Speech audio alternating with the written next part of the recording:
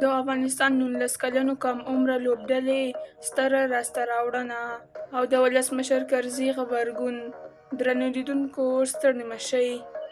د افغانستان او نیپال د 19 کلنو کم عمره کرکټ لوبډلو ترمنځ د اورښت له کبله د لوبې له نه کېدو وروسته یادې افغاني لوبډلې د کرکټ نړیوالې ټولنې د 2024 زیږدیز کال نړیوال جام ته لار ومونده.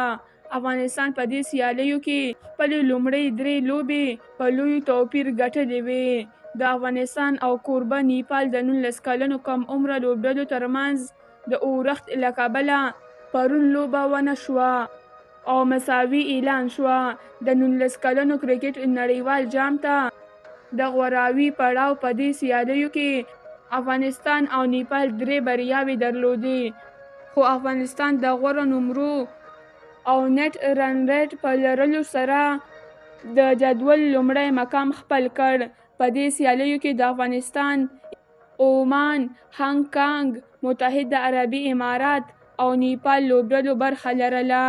افغان لوبډلې په لومړۍ لوبه کې عمان ته د 8 او هانګ کانګ ته هم د 8 ویکټو او متحده عربي اماراتو ته د 180 منډو په توپیر ماتې ورکړې وه.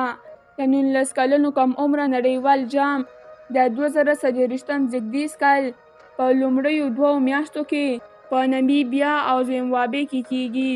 راتلونکي نړیوال جام سیالیو ته د یادې افغان کرکټ لوبډلې وتل افغانان خوشحاله کړي.